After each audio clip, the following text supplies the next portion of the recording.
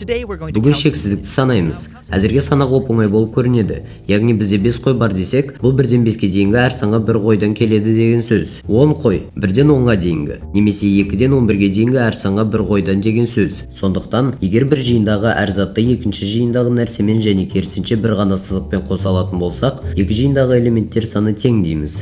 Олар жұп құрайды. Бұл 2 қосу 1 тең 3, немесе 3 4-ке тең емес дегенмен бірдей. Біз тек екі жиынның элементтерін қосатын сызықтарды сипаттаймыз. Қалай болғанда, қойларды санау үш пыстырады, егер олар шексіз көп болмаса. Мысалы, 0 мен 2-нің арасындағы әр санға 1 қойдан келсе, олар 0 мен 1-дің арасындағы әр санға келетін қойлардан көп болар ма еді?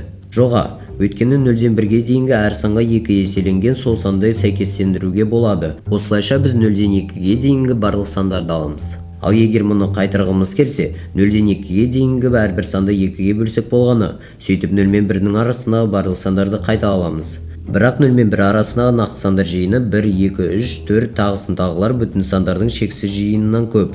Оны қайдан білеміз? 1-ден 0 мен 1 арасындағы санға сызық салайық. 2-ден де 0 мен 1 арасындағы санға сызық салайық. 3-тен 0 мен 1 арасындағы санға сызық салайық. Тағысын тағылар.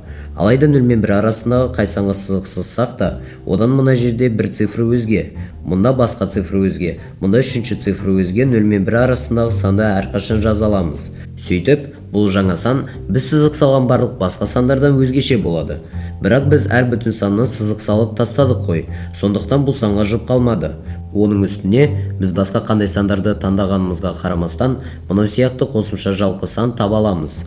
Демек, әр бүтін саннан жалғыз сызық шығатындай етіп, бүтін сандардан 0 мен 1 аралығындағы барлық сандарға сызықтарды ешқашан сыза алмаймыз. Яғни, 0 мен 1 арасындағы нақты сандар 1, 2, 3, 4 шексіздікке дейінгі сан жетпес бүтін сандардан көп. Ендеше, кейбір шексіздіктер басқа шексіздіктерден шынымен де артық.